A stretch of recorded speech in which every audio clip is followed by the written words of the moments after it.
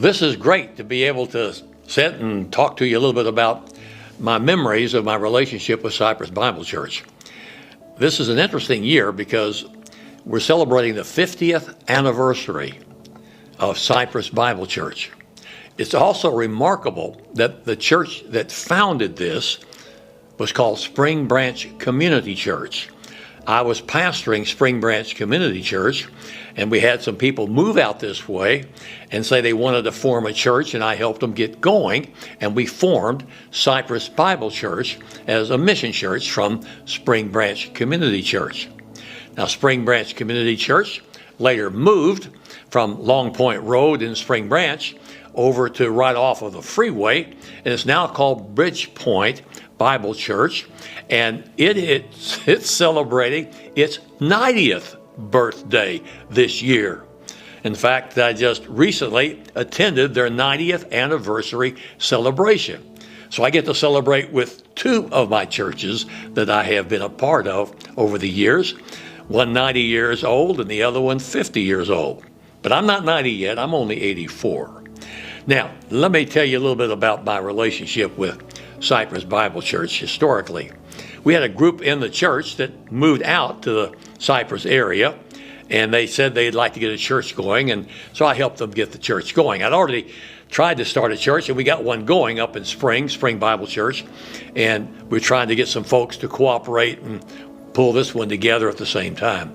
But we founded Cypress Bible Church, and now that's been 50 years ago.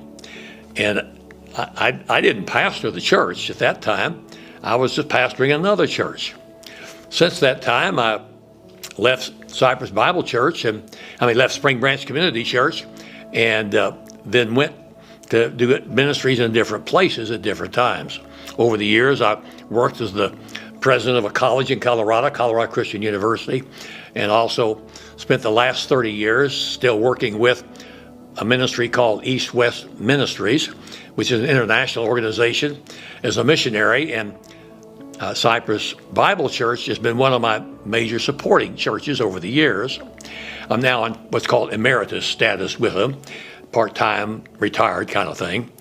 And so I've got this long-term connection with churches in the Houston area, and especially with churches like Cypress Bible Church.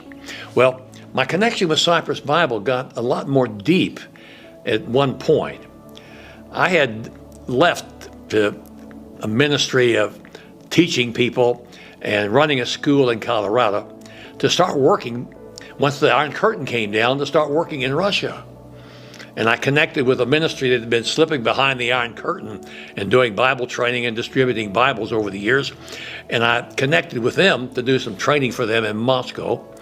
And as I was doing that, the school said, you probably need to back off from that ministry because you got to focus here on the school.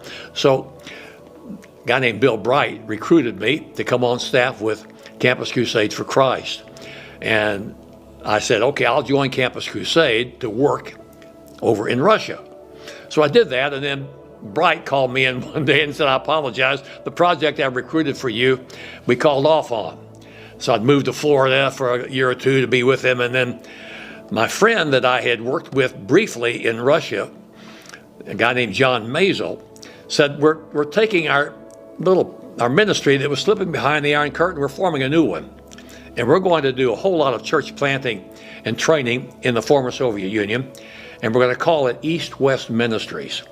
So 30 years ago, I joined East West Ministries as their first recruit. Bill Bright put me on loan to them for a few months, and I went full-time with them.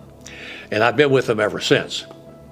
And I came back on board with East West Ministries, moved to Dallas to be at their home office. And lo and behold, something happened at Cypress Bible Church. Cypress Bible Church had a pastor who got involved in something that wasn't really good. And so he resigned, and a terrible thing happened. He committed suicide.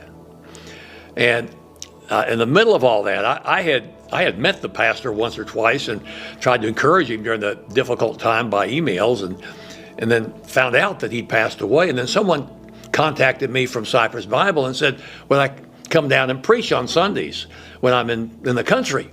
I'm living in Dallas, and we're setting up training in the former Soviet Union, going back and forth to Russia and other countries like Kazakhstan and Azerbaijan, and we were setting all that up.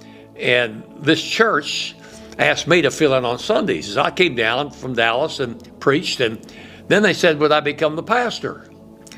And I'd already bought a house in Dallas. We'd settled there, and I was walking with my wife, and I said, we can't do that.